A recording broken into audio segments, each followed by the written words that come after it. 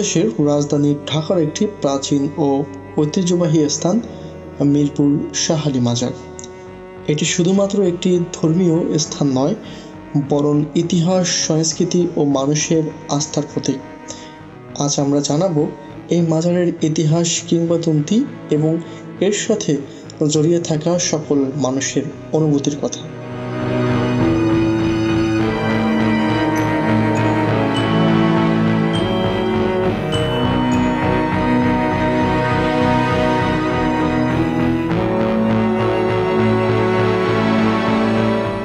শাহ আলী রহমতুল্লাহি আলাইহি ছিলেন একজন সুফি সাধক।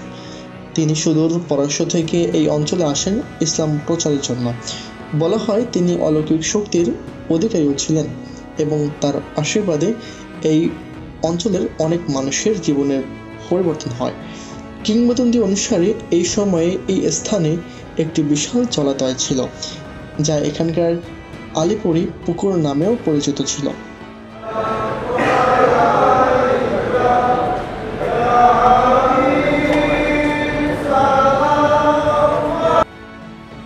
এই মাজারটি মোগল আমলের সময় থেকে খুবই জনপ্রিয়।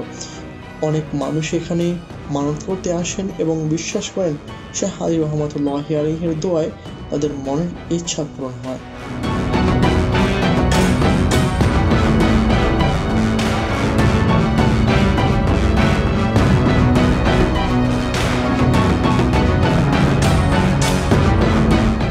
এই মাজারটি দেখতে খুবই চমৎকার। এখানকার দরজা, গম্বুজ এবং পাশের ঐতিহ্যবাহী পুকুর মিলে এক অপরূপ পরিবেশ সৃষ্টি হয়েছে।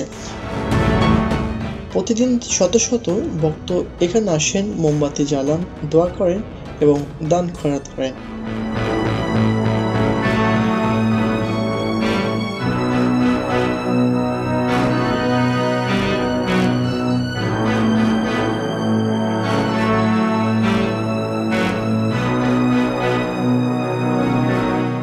প্রতি বছর এখানে শাহ আলী রহমতুল্লাহি আলাইহির উরুস পালিত হয়।